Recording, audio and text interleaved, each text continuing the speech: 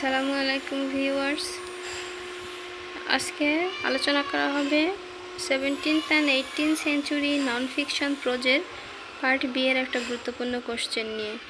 এখানে কোশ্চেনটা আছে, what are the features of metaphysical poetry, অর্থাৎ আদিভৌতিক কবিতার বৈশিষ্ট্যসমূহ কি কি। তো আমরা আদিভৌতিক বলতে মূলত বুঝি যেখানে যে কবিতায় ঈশ্বর বা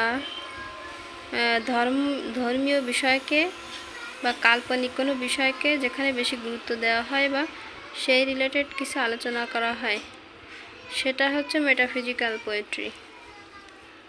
তো metaphysics is an important branch of philosophy.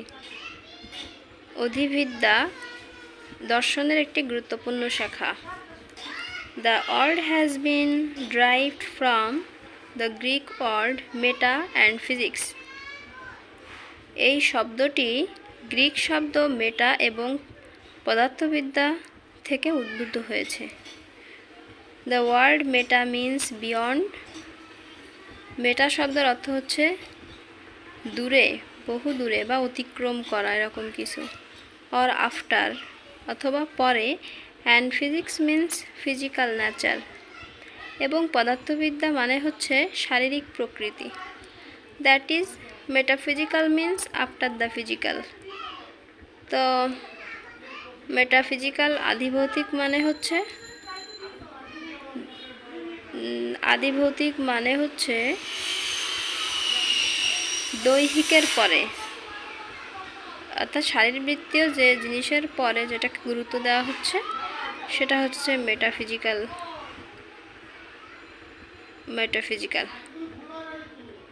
তো দেন the term metaphysical poetry was coined by Dr. Samuel Johnson. আদিভৌতিক কবিতা শব্দটি প্রথম ডক্টর স্যামুয়েল জনসন কর্তৃক উদ্ভাবিত হয়।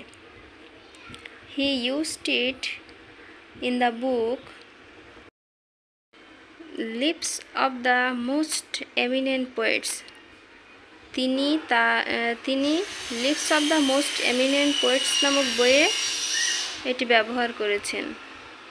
Johnson describes the term in the chapter of Abraham Cowley. Johnson Abraham কাউলির অধ্যায়ে এই শব্দটি বর্ণনা করেছেন। Samuel Johnson describes the title metaphysical poets to John Donne. Samuel Johnson আদিভৌতিক কবি শিরোনামে জন ডানের কাছে এটি বর্ণনা করেছেন। John Donne is called a metaphysical love poet.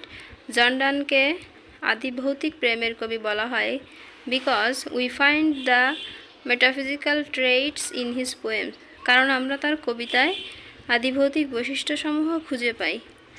The মেনশনেবল metaphysical ট্রেইটস আর, উল্লেখযোগ্য আদিভৌতিক বৈশিষ্ট্যসমূহ হলো ইউজ অফ কনসিটস অর্থাৎ অহংকারের ব্যবহার, স্পিরিচুয়াল লাভ আধ্যাত্মিক ভালোবাসা, উইট বুদ্ধি, অবসকিউরিটি অস্পষ্টতা, মেটাফিজিক্যাল ইমাজেরি আদিভৌতিক চিত্রকল্প, ইউজ অফ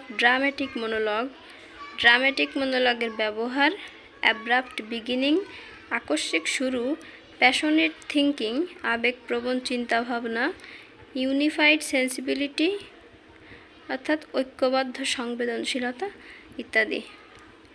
তো একটা ছোট্ট কোশ্চেন, যদিও একটু কঠিন আছে, তো এটা মুখস্থ করে এভাবে লিখলে অবশ্যই ভালো মার্কস পাওয়া যাবে। ধন্যবাদ, সবাই পাশে থাকবেন।